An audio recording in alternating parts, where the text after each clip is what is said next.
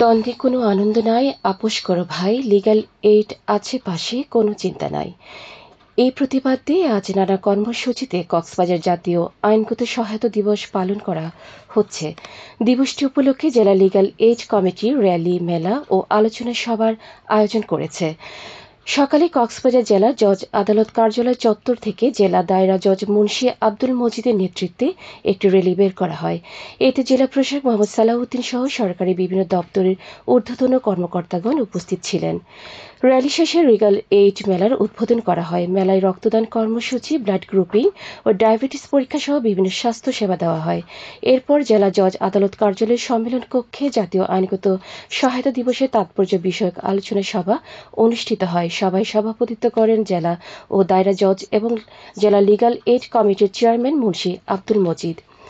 জেলা জজ বলেন, গতানুগতিক মামলা করে নয়, বিকল্প পদ্ধতি আপোষের মাধ্যমে বিরোধ নিষ্পত্তি করলে উভয় পক্ষ স্বস্তি পায়। এতে অর্থের যেমন সাশ্রয় হয়, তেমনি তাদের সম্পর্ক ভালো থাকে। বিনামূল্যে আইনি সেবা দেওয়া হচ্ছে বলে জানান তিনি। সভায় নারী ও শিশু ট্রাইব্যুনালের বিচারক Mohammad Usman Gani, chief judicial magistrate Mohammad Akhtar Hossain সহ সংশ্লিষ্টরা বক্তব্য রাখেন। এ সময় অতিরিক্ত জেলা জজ, যুগ্ম জেলা জজ সহ বিভিন্ন আদালতের বিচারক, আইনজীবী ও সরকারি বেসরকারি দপ্তরের কর্মকর্তারা উপস্থিত ছিলেন। সভা শেষে লিগ্যাল এইড কার্যক্রমের বর্ষসেরা দুজন প্যানেল আইনজীবীকে সম্মাননা ক্রেস্ট দেওয়া হয়।